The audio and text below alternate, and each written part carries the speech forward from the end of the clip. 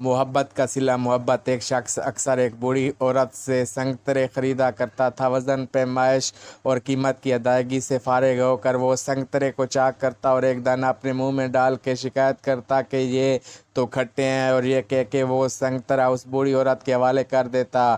وہ بزرگ عورت ایک دانہ چکھ کے کہتی یہ تو بالکل میٹھا ہے، مگر تب تک وہ خریدار اپنا تھیلا لے کے وہاں سے جا چکا ہوتا ہے۔ اس شخص کی زوجہ بھی ہر بار اس کے ساتھ ہی ہوتی تھی۔ اس کی بیوی نے پوچھا، جب اس کے سنگترے ہمیشہ میٹھے ہی نکلتے ہیں تو یہ روز کا ڈرامہ کیسا؟ اس شخص نے مسکرا کے جواب دیا، وہ بوڑھی ماں میٹھے سنگترے ہی بیچتی ہیں، مگر غربت کی وجہ سے وہ خود اس کو کھانے سے محروم ہیں۔ اس ترکیب سے میں ان کو ایک سنگترا بلا کسی قیمت کے کھلانے میں کامیاب ہو جاتا ہوں۔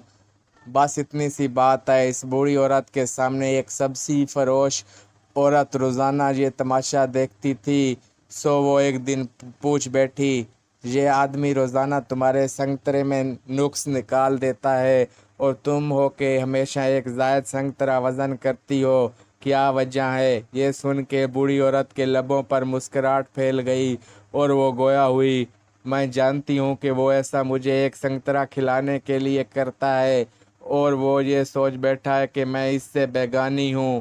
میں کبھی زیادہ وزن نہیں کرتی، یہ تو اس کی محبت ہے جو ترازو کے پلے کو بوجھل کر دیتی ہے۔